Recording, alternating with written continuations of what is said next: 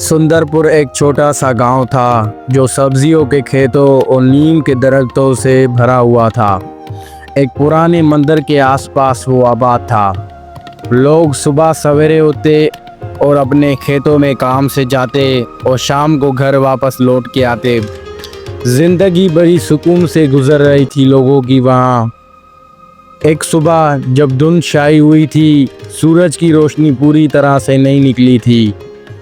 एक अजीब सा आदमी लाल कपड़ों में गांव के रास्ते से गुजर रहा था।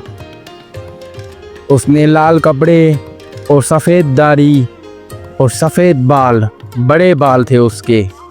वो गांव की तरफ आ रहा था। ऐसे लग रहा था उसकी आंखें सब कुछ जानती थी। वो सीधा मंदिर के सामने वाले पुराने बरगद के पेड़ के नीचे एक सामने बैठ गया। उसने ना किसी को कुछ कहा ना कुछ सुना। कुछ देर बाद उसने मंत्रों का उच्चारण शुरू कर दिया। उसकी आवाज़ में ताकत थी। गांव वाले उसके इर्द गिर्द जमा हो गए। उसने कहा, मैं स्वामी शिवानंद हूँ।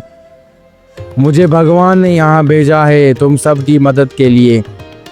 लोग उसकी बातों से मुतासिर हो गए और उसे मंदिर के खाली आश्रम में रहने को कहा। गांव की औरतें उसके चरणों में बैठ गई।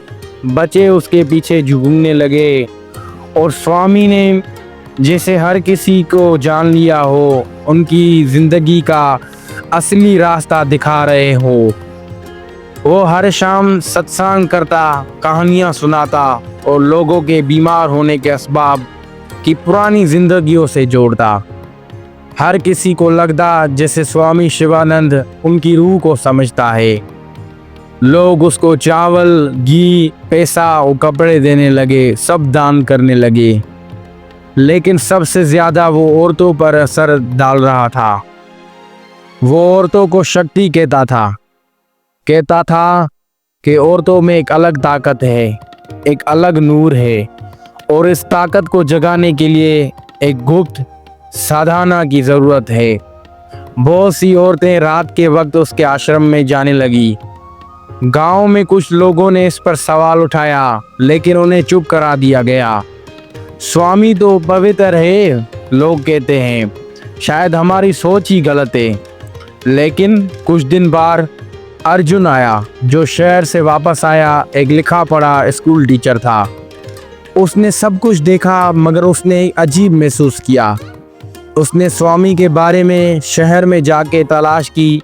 पता चला कि स्वामी शिवानंद के असल नाम कुछ और है। वो पहले भी कहीं गांव में जाके लोगों को धोखा देता था। उसने कुछ दोस्तों के साथ मिलके आश्रम में छुपी हुई कैमरा लगाई। वो कैमराएं रिकॉर्ड करती और उनसे कुछ ऐसी बातें पता चली जिनसे उनकी आंखें खुल गई। रात के वक्त स्वामी कुछ औरतों के साथ गलत हरकतें कर रहा था और वो धर्म के नाम पर उन औरतों के साथ शोषण कर रहा था। ये सब बातें उस कैमरा में रिकॉर्ड हो गई, जो अर्जुन ने सबूत के तौर पे सबके सामने रखा।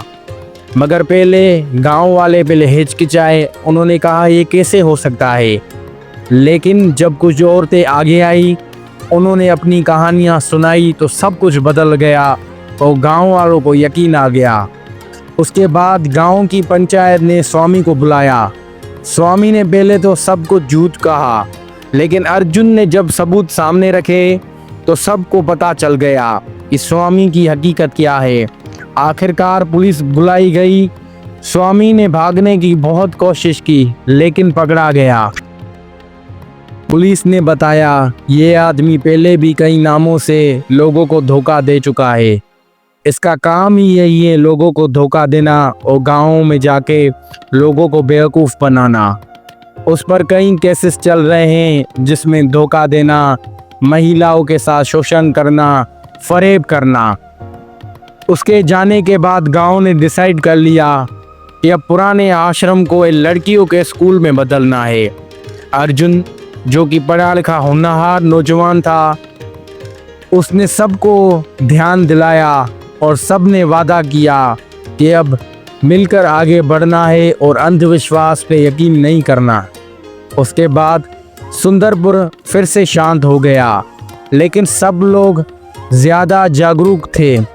उन्होंने सीख ली थी श्रद्धा ज़रूरी है, लेकिन अंधविश्वास बहुत ही खतरनाक है।